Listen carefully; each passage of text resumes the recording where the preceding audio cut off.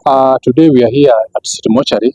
The purpose of our being here was to perform postmortem, which is the examination of some body parts which were recovered in an area called Kware'S. So what we did today was included doing X-ray on the bodies which are there, so that we can be able to get more information about these bodies. Upon finishing the X-rays, we perform autopsies.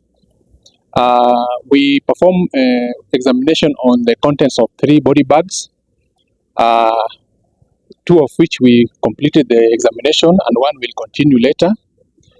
The ones we did examination on were pieces of upper part of the body. So there's one upper part of the body which contained the head, the chest, and the upper limbs and the trunk, and they were for female.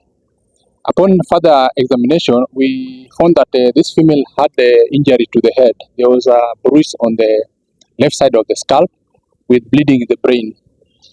We took samples for DNA because we still don't know who this person is, even though there are some persons who came and identified her as their kin.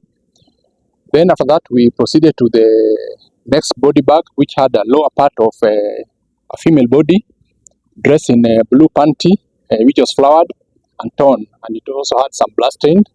We took some swabs from the part for DNA also, and also for identification. There were no injuries which you saw on the lower part, apart from the truncation of the body at the spine area, which is called lumbar area, which is the lower abdomen, whereby the person cut through the spine. The other body, I think we're going to, because of time, we could not start interrogating it. We are going to do the exercise on Wednesday, because tomorrow we want to dedicate it for performing of X-ray of all those remaining body parts which are in body bags. So that is all. Yes. Right.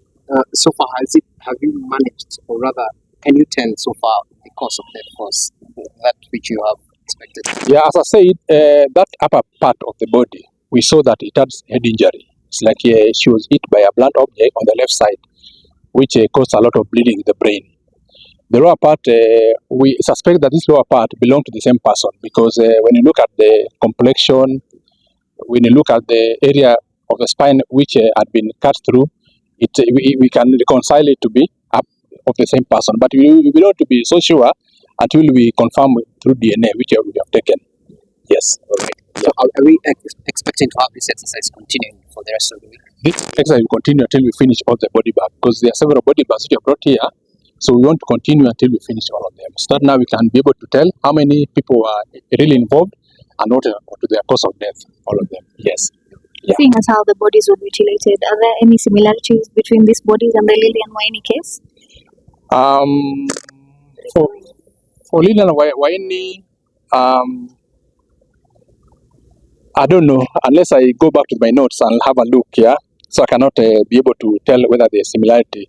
But remember, Lillian Waini, the legs were separate. Each was separate, and the trunk was also separate. But this one is like this person was cutting. The one I've seen, because I've seen only one body, it was cut on the lower abdomen through the spine. Yes. Yeah. Yeah. So I think we were here with throughout the process. We had the human rights representative who were there throughout in the autopsy room. They were looking at each and everything that we were doing, and I think it would be good for them also to talk about what they saw and what they think also. So I'm going to welcome Madam Wangeshi from IMLU to talk. Then Ilongo will talk also.